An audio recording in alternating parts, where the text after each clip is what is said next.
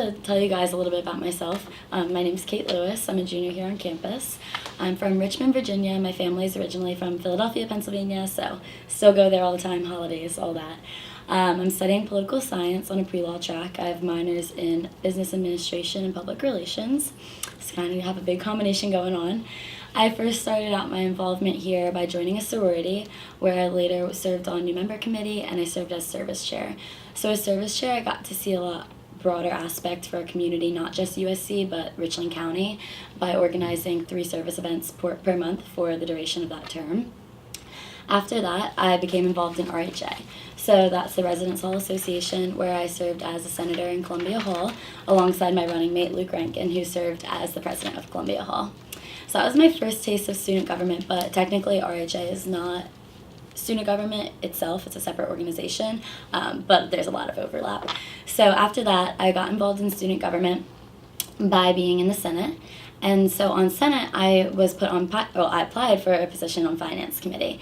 And then when I was put on Finance Committee, my whole outlook on my college career and career plans after changed. So this was at the same time that I was diving deeper into my business courses in Darla and realized that I was having fun in accounting and never thought that I would. So I knew I wanted to stay in this field and in the treasurer's office. So after my time on Finance Committee, I applied for a position underneath our current student body treasurer, Emerson O'Dodges.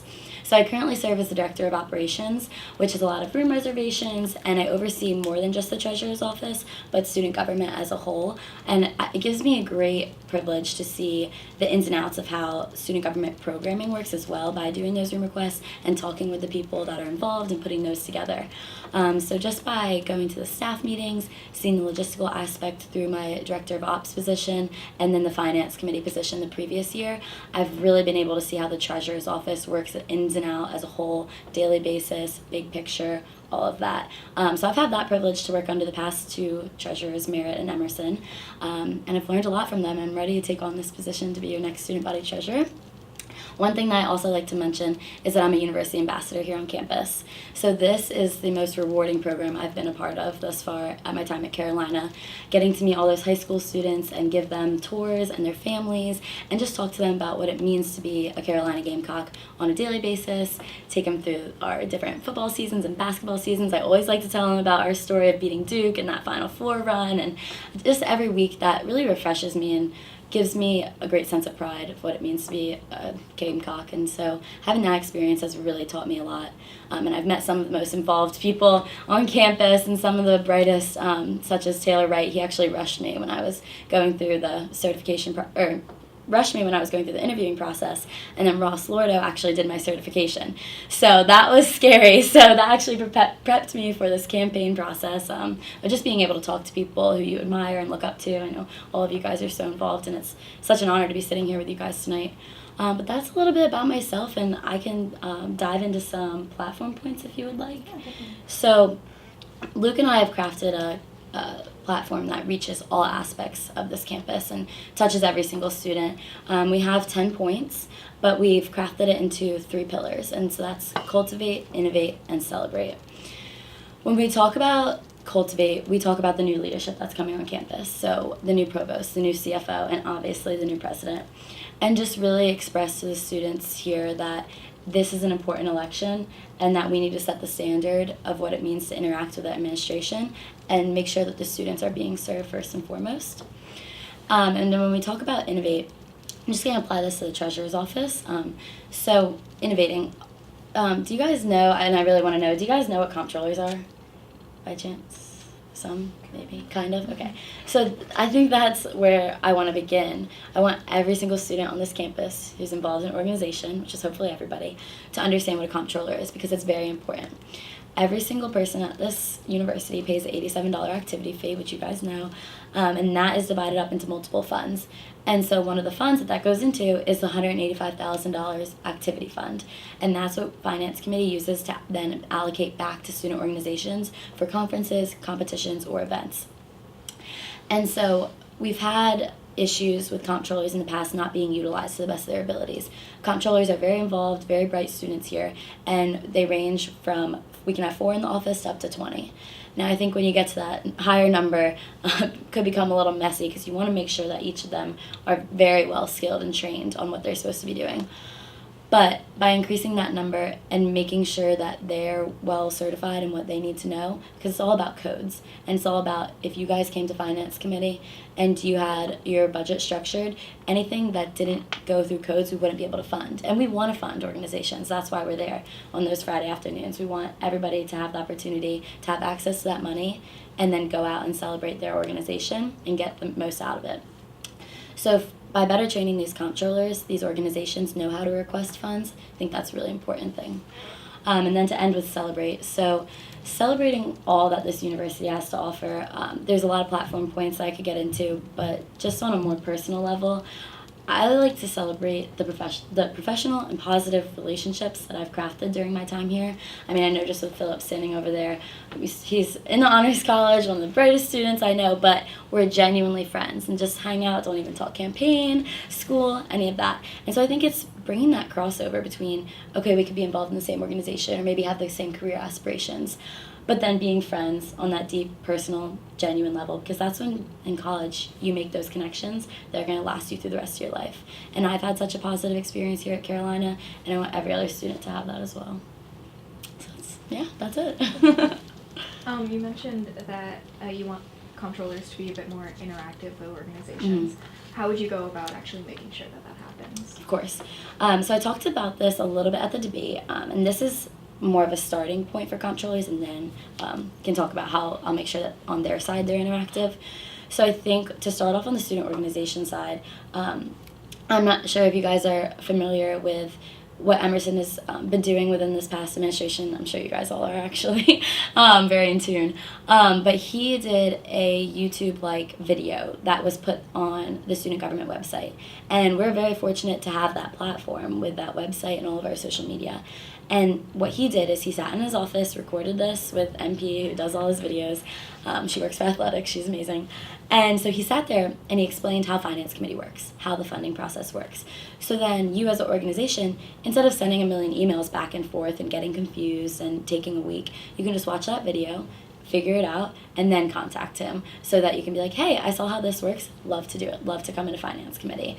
And I think that just really simplifies the process. So if we could do something like that for comptrollers, whereas you know what because comptrollers, there's multiple and they get organizations based alphabetically.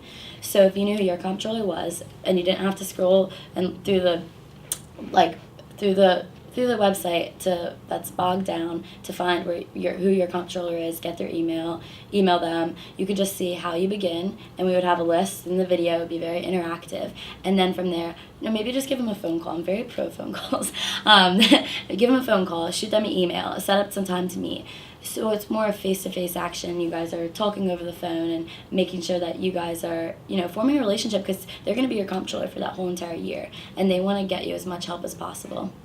So I think starting with that aspect, which we've seen that has been proven successful in the past, would be a great place to start.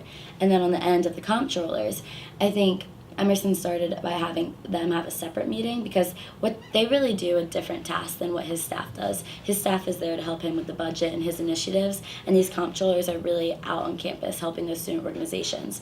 So by continuing holding meetings with just them and making sure that all the comptrollers I have a personal relationship with, whether that's formed the day of, which would be beautiful, meet new people. Doesn't have to be a past relationship, but making sure that we have a professional relationship so that they can feel that they can come to me if maybe there's too many organizations reaching out to me and they feel bogged down. I'll be happy to help them with that, and making sure that they're not confused, because it is a confusing process. There's a lot of codes and a lot of guidelines that are not set by the treasurer's office, they're set by the school. And so we want to get through that red tape and make the process as easy as possible for the organization. So I'm willing to take all of that on, and I want to make sure that it's as simple for the students as possible, because what I believe is it's the students' money and it should just be going right back to them, and they shouldn't have to spend 2 months caught up in emails and red tape to get that funding. So you mentioned making a video in order to show this. Why not meet in person? Like you talked about face-to-face, but then it's not face-to-face. So I think that that's just a good starting point to have. I mean, Emerson started that with the finance committee, and we saw a lot of confusion go down. So it's not that that's replacing face-to-face by any means. That's not what I'm saying. But I think giving them a good sense of, okay, this is going to be what my process looks like. You know, spending 60 seconds on that website and having a better mindset than when you say, oh, I'd love to have a meeting with you. I say, great. You come and say, oh, I heard that this is my comptroller, and I have to fill out this paperwork. I'm like, yes, that's exactly right. Here's the paperwork, and we can have more open conversation. I think it's just eliminating confusion. By no means is that going to replace face-to-face, but it's an extra tool to help, and we've seen it prove positively in the past, so why not market that for the rest of the office?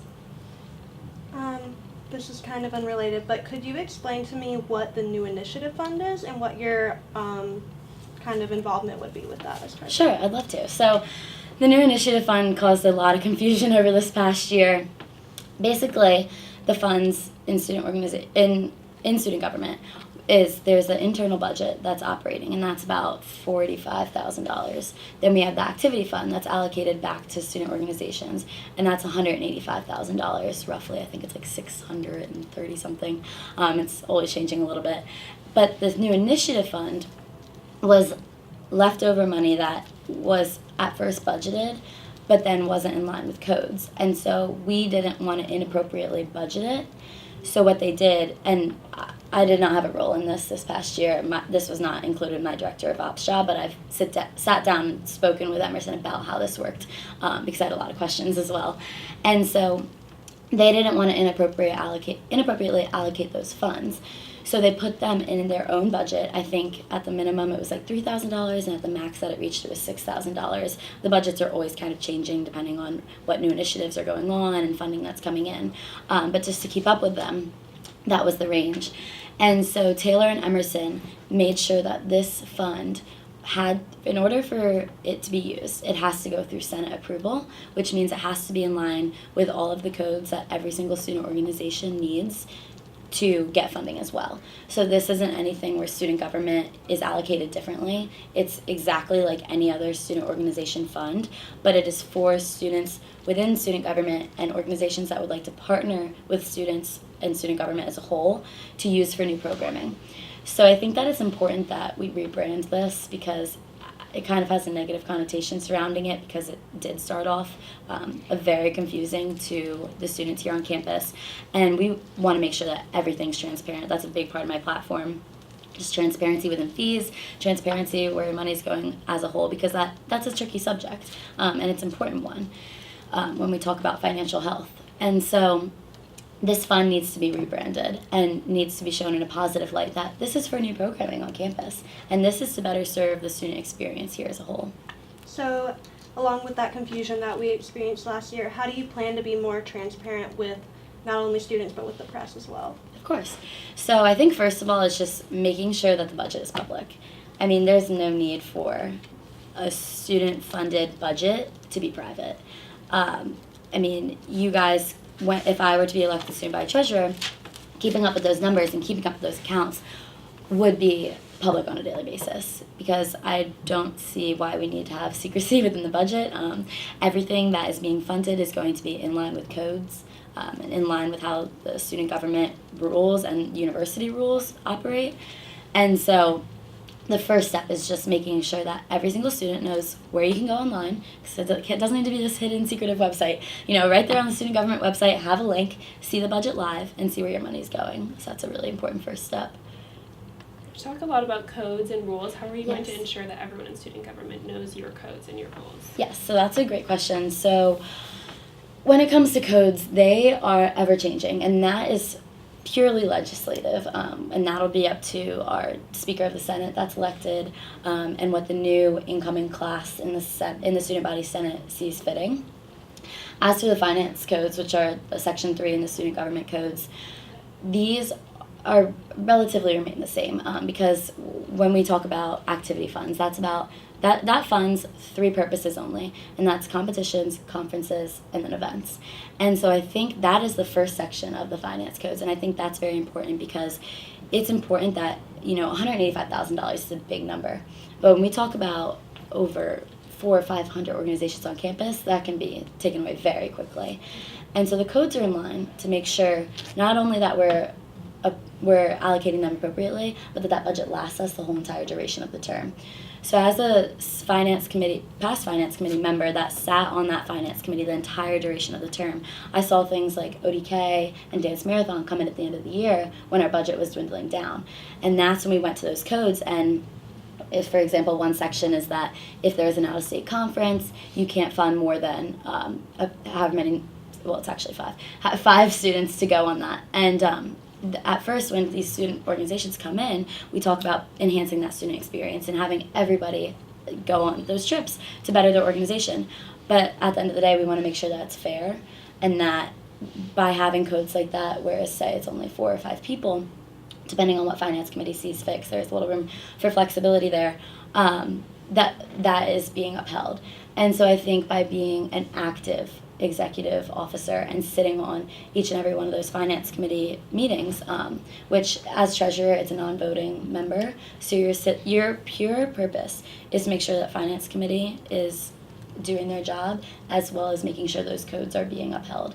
So by being present at that, being interactive with the Senate, and forming those, once again, positive professional relationships with the other exec officers, members in student government, the press, and just in general students on campus, so that they have full faith in you that the codes are being upheld and that you're a trustworthy officer with their money.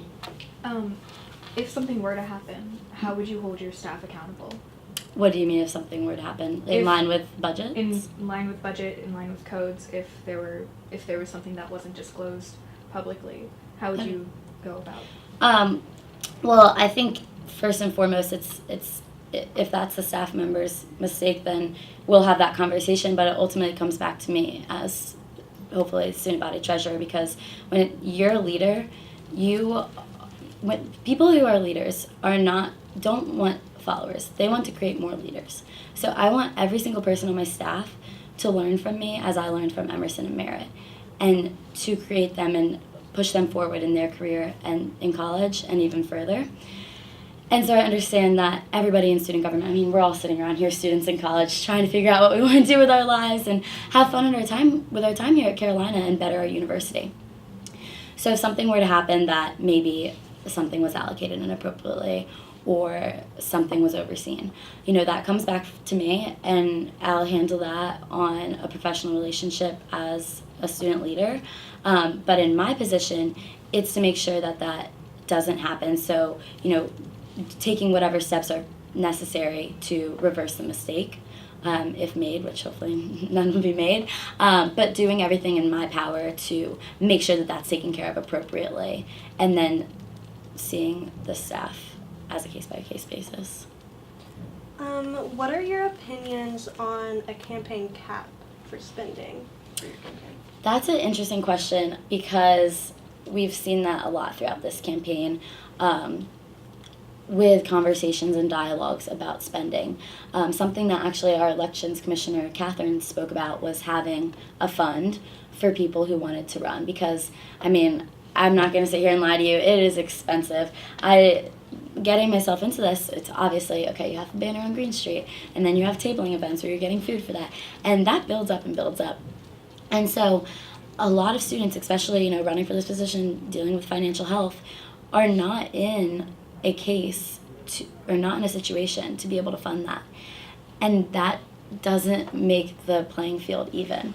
And that's a big concern of mine. And then before having this personal experience, I didn't quite realize how unfair that was. And I'm blessed to have worked internships and jobs at home to keep up with money here. And my parents are able to help me out too, to have this position, and I'm thankful for that. But for students who don't, that is not fit, because some of the most qualified people who maybe can't run because of that situation or their personal financial situation. So I think having a cap to make maybe yourself feel more safe to get into this situation, because if you create a budget, spending, personally, it's easy to go over.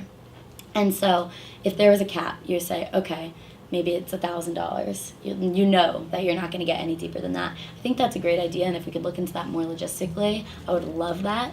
And I would love to have, I mean, I've had conversations with Catherine about this, but have further conversations with Catherine about the fund that she's envisioned over the past 3 years, because I know she's proposed that to people in student government and cabinet before. And I think it's an interesting idea, and we all have those ideas, whether that be a cap or a fund or certain rules. Something needs to happen, because this wild spending, it's not fair. And we want everybody to have a voice. Yeah, so going along with transparency during the campaign period, how important do you think it is that candidates disclose their campaign spending?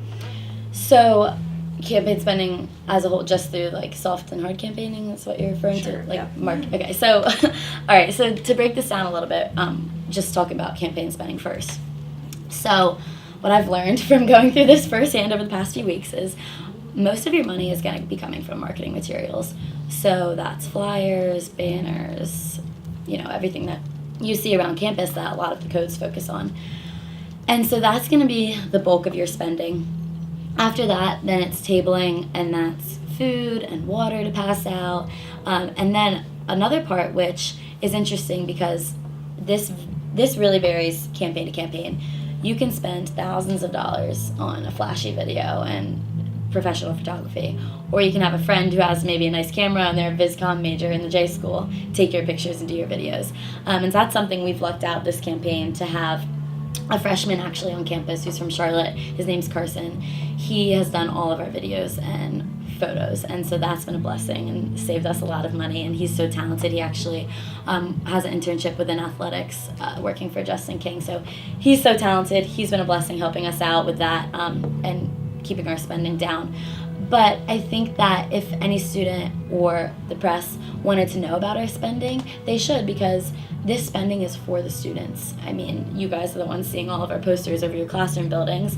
So if you have a question about that, who am I to not disclose that information? I know you mentioned a few things that made you eligible for the job, but what do you think really from your background makes you able to really make this job good? Of course. That was really weird. No, I totally understand what you're saying. So before just rambling off the resume and what I've done in the treasurer's office, because anybody can build up experience. If you have that drive to get involved, you're going to. But I think what it really comes down to is the passion for the university as a whole. And that's been shown through, like I said, I talked about university ambassadors, just having conversations with high school students that you've never met before and maybe you'll never see again. But you made a difference in their lives and a difference for the University of South Carolina by hopefully having them come here, and if not, saying that they had a great time here. So I think we can bring that back into the treasurer's office and have a fresh and fun and exciting environment while still getting the work done. But it comes down to the passion for your university, because these offices are service-oriented. They're to serve the students here at the university. So in combination with my experience, I think my love for this university is what really will propel me through this job. When I talk about experience, I know I mentioned earlier, my sophomore year sitting on finance committee through that entire term and seeing the budgeting aspect, seeing how that $185,000 is allocated, dwindles down, and where that money is going. On a week-by-week basis, finance committee meets every week. And then serving on staff and serving as director of operations and seeing a staff meeting and how Emerson had that run, and just meeting other people on staff and hearing about their jobs. His chief of staff I've become very close with, and he's been a role model for me. And I think that in combination of seeing the budgeting and the logistics and just the daily ins and outs, I'm very ready and prepared and know what I'm getting myself into. So there won't be that transition period where I'm getting my footing. I can just hit the ground running as soon as I get in office, because I've seen every side of this office and I'm ready to take it on with having such experienced leaders be my role models over the past 3 years. I know you kind of talked about student government and university ambassadors. You mentioned internships. What outside experience, I guess, have you had? Sure. Okay. Wow, this is awesome. I haven't really had a chance to talk about internships yet. So this past summer, I interned on the Hill in Washington, D.C. And this started, and this is something I talk a lot about in my City of Columbia Stops My Tours. This would not have been possible without my internship in Columbia during the school year. So I interned for one of our United States South Carolina senators during the spring of my sophomore year in their Columbia office. And this was all constituent based. So I was dealing with people who were coming into our office who were having issues with the VA and their insurance and immigration and helping them. By the time I was trained in that office, I was able to pick out exactly what form they needed, tell them to email me, get that sent in to our DC office or wherever it needed to go, and help them. And that was so rewarding. And I think that experience gave me a leg up when applying to work in DC that summer. And I ended up interning for the same senator on the Hill in DC. And my time in DC was beautiful. Don't get me wrong; it was so exciting. I met some of the coolest people. I actually got to meet Brett Kavanaugh when he came in for his meeting with our senator, which was so neat to just live during that period of history, no matter what your view is on that situation. But just to be there and experience that, it was really special. But I will say I loved my time in the Columbia office even more so than DC because I was helping people firsthand and meeting them. And I think that's something that's awesome with why I'm running for the treasurer's office, because I'll meet those students, and it's having that approachability and going out to those student organizations and having that face-to-face interaction and knowing that you bettered an organization and our university as a whole. So from that experience, that's taught me a lot and it's something that I really want to bring to the treasurer's office. And then this coming summer, I've secured an internship working for Bank of America. And so this is within their Merrill Edge investing. There's a lot of different departments that go into Bank of America. You have Merrill Edge, Merrill Lynch. It's confusing, but it's with Merrill Edge, and it's a pre-analyst internship. And I think that this is going to help me immensely with working with budget and numbers, bigger than I've ever done in my accounting classes before, and just being comfortable with that and learning a lot in the field. So with the people experience my political science internships and helping students and helping people that came into this office, and then the whole financial health aspect and being comfortable with the numbers and creating a budget, because that's important. When you're given those funds, you need to allocate appropriately, because that needs to last the entire school year. And changing funds in the middle of the school year is not fun. We want to make sure everybody's happy and off to a great start. So I'll learn a lot about that through Bank of America, and I think I've just been so blessed with the combination of those experiences to lead me to this opportunity here tonight. How do you think that all this background and everything, what do you really think are the main responsibilities of being the treasurer? Sure. So the main responsibilities of being a treasurer is, well, first and foremost, when you start here in the summer, you're going to create that budget, because that budget needs to get created by your office before it gets approved by a million different people. So I think being comfortable with that, seeing how budgets have worked over the past 2 years, and knowing, in your mind what size of allocation each group is going to need is a great skill that I'll be able to go in with and be confident in when I'm crafting that budget. Another important role of being in the treasurer's office and being the student body treasurer is having that approachability and being a face that the students are comfortable talking to, because you can sit behind that desk and allocate all those funds and show up to finance committee every Friday, but that's not getting the full experience out of this. I want every single student at this university to be able to come into that office and say, hey, I pay the $87 activity fee. Where is this money going? Or maybe I want to start a student organization that's not already on campus. Can I do that? And then can I come into finance committee? And having those open conversations, because being in this leadership position, you're not only a role model, but like I said before, I want to create more student leaders on this campus. So it's not just the black and white, creating the budget, utilizing your staff to the best of their ability, which are all very important roles.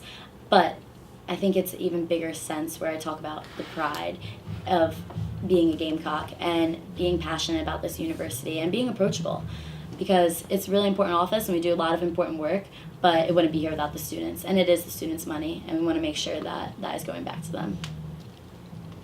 Does anyone have any last questions? Is there anything you think we missed that you'd like I think to we share? went through it all. Yeah. Yeah. Thank you so much for having me here Yeah, today. thanks for It was such a coming in. pleasure to meet you all. So nice to meet you too. Yes.